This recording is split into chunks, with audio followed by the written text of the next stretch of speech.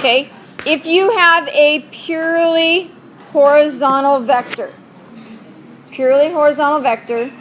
what is its x component? Let's say it's some force. What's its x component? Whatever F is your x component. What's your y component? Somebody said it. 0. Your y component is 0.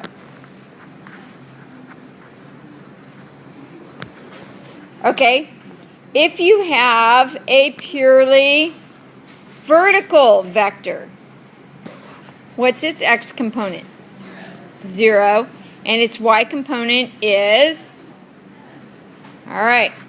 So then, if you have a vector off at an angle, remember how to find the x component? Cosine. Good. F cosine theta. And its y component is F sine theta. Good. All right. So if we have two vectors that are going off in the same direction, like force 1 and force 2, what do we do with those two forces in order to get the net force? If they're in the same direction, what do?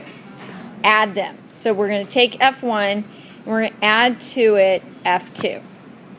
That's easy enough.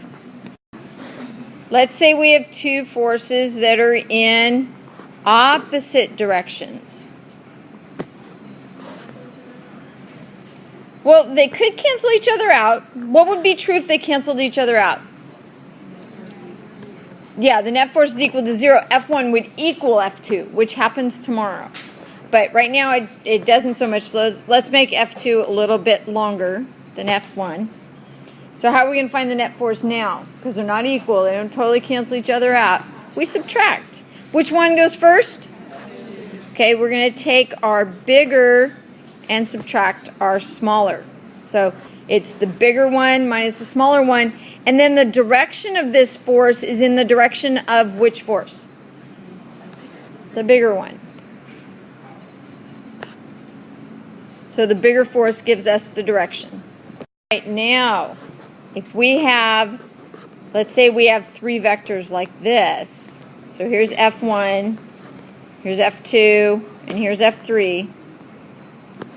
Okay, now we're not on the same line. We're not just going to straight add and subtract them. Do you remember what we had to use to add vectors that were at an angle to each other? Components. We had to use their x and y components. So we make the xy chart. Make your xy chart. And then F1, what would its x component be? Look what you wrote to begin with. Just F1. What would its y component be? 0. Because remember, this one's purely horizontal.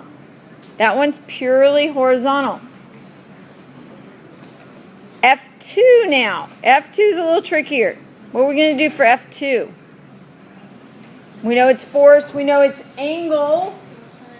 That's where we have to split it up into its cosines and sines. So this is going to be F2 cos theta. This one's going to be F2 sine theta.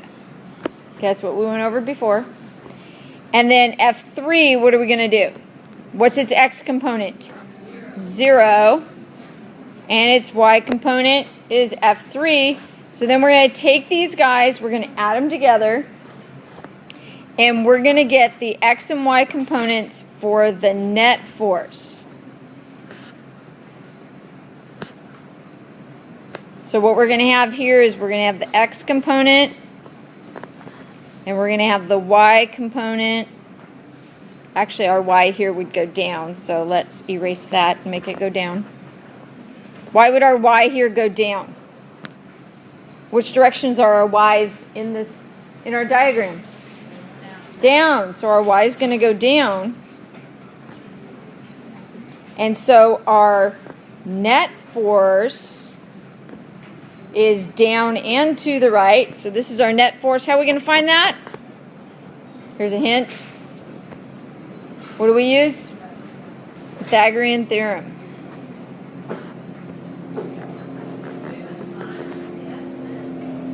Yes. All right, here's our angle theta. How are we going to find our angle? How are we going to find the angle? Which trig function do we use to find the angle? Tangent. So the inverse tangent of your y over your x gives you theta. Okay, so when you go to do 16b, okay, it's all on a number line. You have Q1, you have Q2, and you have Q3. Q1 is a positive 6 microcoulombs. Q2 is a positive 1.5 microcoulombs.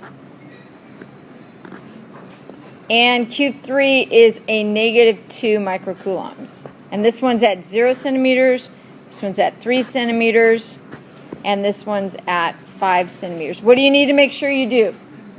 Convert, okay? Convert this and convert. Make sure you convert both. What's the equation we use for force? We used it yesterday. F equals K Q1 Q2 over R squared. And what's K? 9 times 10 to the 9. Okay, for the first part, you're only going to look at what's happening to Q1. Only what's happening to Q1. So you look at Q1, Q1's positive, and Q2 is positive. So the force between 1 and 2,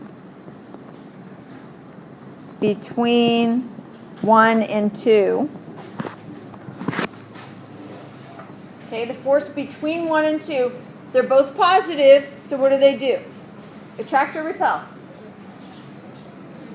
They repel. Like charges repel, opposites attract.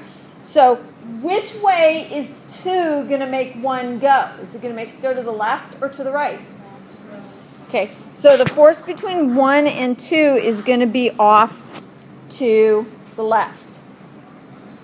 And then you would plug 1 and 2 into the K, Q1, Q2 over R squared, get that answer. So you need to calculate this.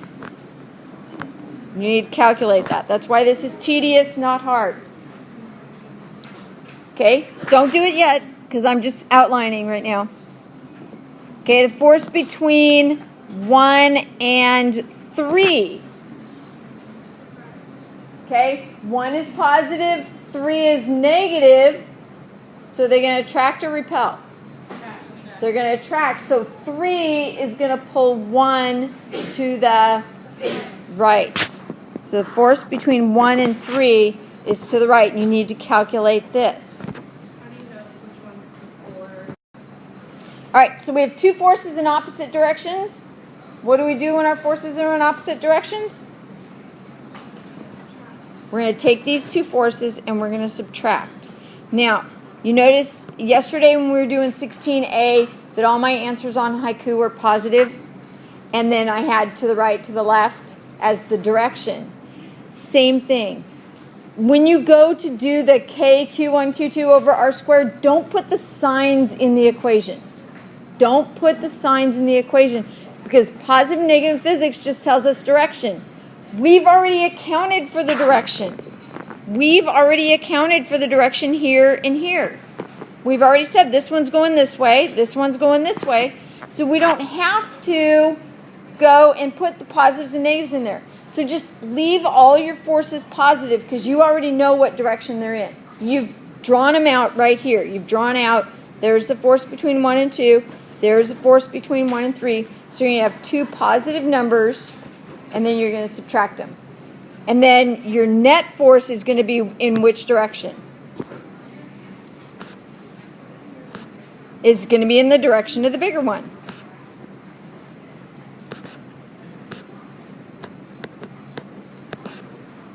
Now you may think that you're done with number 1. You are not. Okay, and that's where it becomes tedious, not hard. Okay, you think you're done. But the question says, calculate the magnitude and direction of electrical force on each of the 3 points. Each of the 3 points. So you have to do it again for Q2, and you have to do it again for Q3. So let's look at what, like, really quick. So now what we're going to do is we're going to isolate Q2. Okay, 1 and 2 are both positive. So what's 1 going to do to 2? Push it to the, it's going to push, so the force between 1 and 2 is going to go off to the right this time. Equal and opposite, that's all the Newton's third law stuff. Okay, so the force on number 2 now goes to the right. Okay, and then we look at what's going on between 2 and 3. Okay, that was between 1 and 2. What are 2 and 3 doing to each other? They're attracting each other, so they're going to go towards each other or away from each other? Towards each other. So force between 2 and 3 is going to go towards number 3. Okay, you've already calculated this. You already calculated it before. You need to calculate this using your K1, K2, or K, Q1, Q2 over R squared. And then they're in the same direction, so what are you going to do the forces after you calculate them? Add them. Okay, again, your forces are going to be positive because you are not putting your signs into your calculator. Do not put the positives and negatives into your calculator.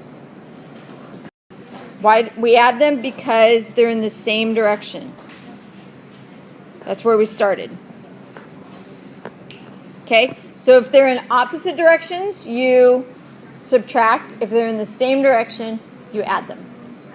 Okay, and then when you go to do number 2, number 2 requires that you use the XY chart. I'm not going to help you. I'll come around and help you with that.